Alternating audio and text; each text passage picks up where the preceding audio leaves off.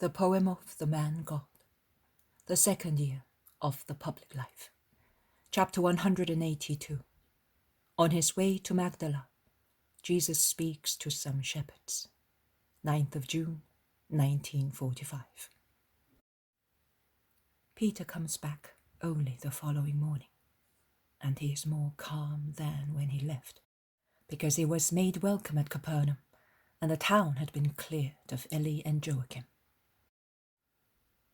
They must have taken part in the plot, because I asked some friends when they had left, and I understood that they had not come back after going to the Baptist as penitents. And I do not think that they will come back so soon, now that I mentioned that they were present at the arrest. There is much turmoil because of the Baptist's capture. I will ensure that the whole world knows about it. It is the best weapon we have. I met also Simon the Pharisee, but if he really is what he appeared to be, I think he's favourably disposed towards us.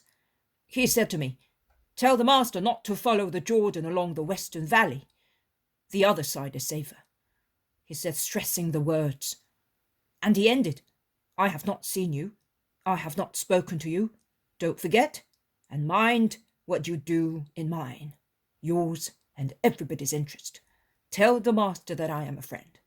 And he kept looking up, as if he were speaking to the wind. They are always false, also when doing good things, and I will say strange, so that you will not reproach me. But I went and I had a little chat with the centurion, just to ask, "Is your servant well?" And when I was told that he was, I said, "That's good. Make sure you keep him healthy, because they are laying snares for the master. The Baptist has already been captured." And the Roman grasped the idea immediately. "A cunning fellow he is," he replied.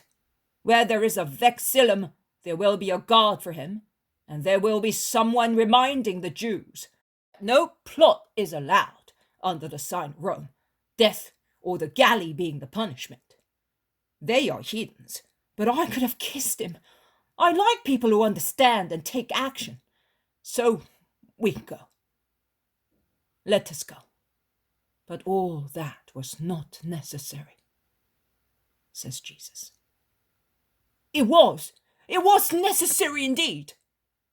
Jesus says goodbye to the hospitable family, and also to the new disciple, to whom he must have given some instructions. They are alone once again, the Master, with his apostles, and they walk along the cool country, along a road which Jesus has taken much to Peter's surprise, as he wanted to take a different one. "We're going away from the lake." "We will still arrive in time for what I have to do." The apostles become silent and go towards a little village, a handful of houses spread out in the country. A loud ding-dong of sheep bells can be heard as the flocks are driven towards the pastures on the mountains. When Jesus stops to let a large herd pass, the shepherds point him out and gather together. They consult with one another, but dare no more. Jesus puts an end to their doubts by walking through the herd, which has stopped to graze the thick grass. He goes straight to caress a little shepherd who is standing towards the center of the woolly, bleating mass of sheep. He asks the boy, "Are they yours?" Jesus knows very well that they are not the boy's, but he wants him to speak. "No, Lord, I'm with those men, and the herds belong to many owners. We're all together for fear of bandits." "What is your name?" "Zacharias, the son of Isaac. But my father died, and I work as a servant because we are poor, and my mother has 3 more sons younger than I am." "Has your father been long dead?" 3 years, Lord, and since then I have never smiled, because my mother always weeps, and I have no one who caresses me any more. I am the firstborn, and my father's death has made a man of me while I was still a child. But I must not weep, but earn some money. But it is so difficult." tears streamed down his face, which is too serious for his age. The shepherds have drawn near, and so have the apostles, a group of men in the midst of moving sheep. You are not fatherless, Zacharias. You have a holy Father in heaven, who always loves you, if you are good. And your Father has not ceased loving you, because he is in Abraham's bosom. You must believe that.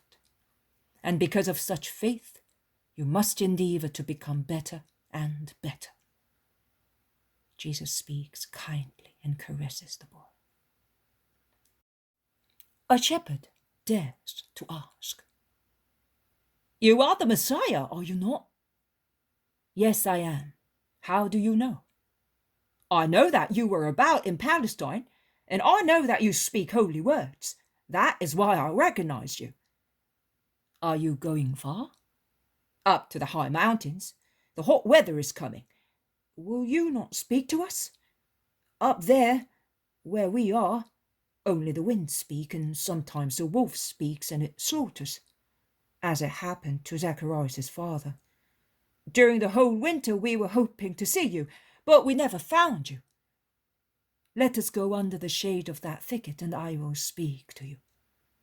And Jesus goes ahead of them, holding the little shepherd by the hand and caressing with the other hand the little lambs which raise their heads bleating. The shepherds gather the flock under a coppice, and while the sheep lie down ruminating, or graze, or rub themselves against a tree trunk, Jesus speaks. "You said, up there, where we are, only the winds speak, and sometimes the wolf speaks and slaughters. What happens up there happens in men's hearts, through the work of God, of men, and of Satan. You may therefore have up there what you would have in any other place. Do you know the law well enough and its 10 commandments? And you too, boy? In that case you know enough. If you faithfully practice what God commanded, you will be holy. Do not complain of being far from the world. That will preserve you from much corruption. And God is not far from you, but closer in that solitude, where you can hear his voice in the winds, which he created, in the herbs and in the water, whereas you would not hear it among men. Your flock teaches you a great virtue, nay, many great virtues. It is meek and obedient. It is satisfied with little and is grateful for what it has. It loves and knows those who take care of it and love it. Do likewise, saying, God is our shepherd and we are his sheep. He watches us. He protects us and grants us not what is the source of vice, but what is necessary to live. And keep wolves away from your hearts. Wicked men are wolves. They seduce you and incite you to evil actions by Satan's order. And it is Satan himself who induces you to sin so that he may tear you to pieces. Be watchful. You shepherds know the habits of wolves. They are as shrewd as sheep are simple and innocent. They steal close to you after watching from above the habits of the herd. They sneak closer through bushes and lie as still as stones to avoid drawing your attention. Do they not look like huge stones which have rolled down onto the meadows? Then, when they are sure that no one is watching, they spring and bite. That is how Satan behaves. He watches you to find out your weak points. He roams about you. He seems harmless and absent, concerned with something else, whereas he is watching you.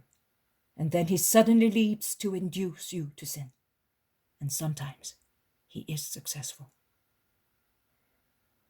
But close to you there are a doctor and a compassionate spirit, God and your angel. If you are wounded, if you have been taken ill, do not go away from them, as a dog which has become rabid does. On the contrary, while weeping, shout to them, help. God forgives those who repent, and your angel is ready to implore God with you and for you. Love one another, and love this boy. Each of you must feel as if he were somehow the father of the orphan. The presence of a child amongst you should influence every action of yours through the holy restraint of respect for a child. And let your company make up for what death deprived him of. We must love our neighbor. This boy is the neighbor entrusted to you by God in a special manner. Teach him to be good, a faithful believer, honest and free from vices. He is worth much more than one of these sheep. Now, if you take care of the sheep because they belong to the owner, who would punish you if you should let them perish, how much more care you must take of this soul, which God entrusts to you for himself and for his dead father. His situation as an orphan is a sad one indeed. Do not make it more painful by taking advantage of him and vexing him because he is only a youngster. Remember that God sees the deeds and tears of every man and takes everything into account in order to reward or punish. And you, my boy, remember that you are never alone. God sees you, and so does the Spirit of your Father. When something upsets you and induces you to do wrong, say, "No, I do not want to be an orphan forever and ever." You would be if you damned your soul by sinning. Be good. I bless you so that all goodness may be with you. If we were going the same way, I would continue to speak to you for a long time. But the sun is rising and you must go, and so do I. Your task is to protect the sheep from the heat, mine to relieve men of another ardor, a more dreadful one, the passions of their hearts. Pray that they may consider me as their shepherd. Goodbye, Zacharias. Be good. Peace be with you. Jesus kisses the little shepherd and blesses him, and while the flock moves slowly away, his eyes follow him. He then resumes his way. You said that we are going to relieve hearts of another ardor. Where are we going? Asks the Iscariot. For the time being, as far as that shady spot where the stream is. We will have something to eat there, and then you will be told where we are going.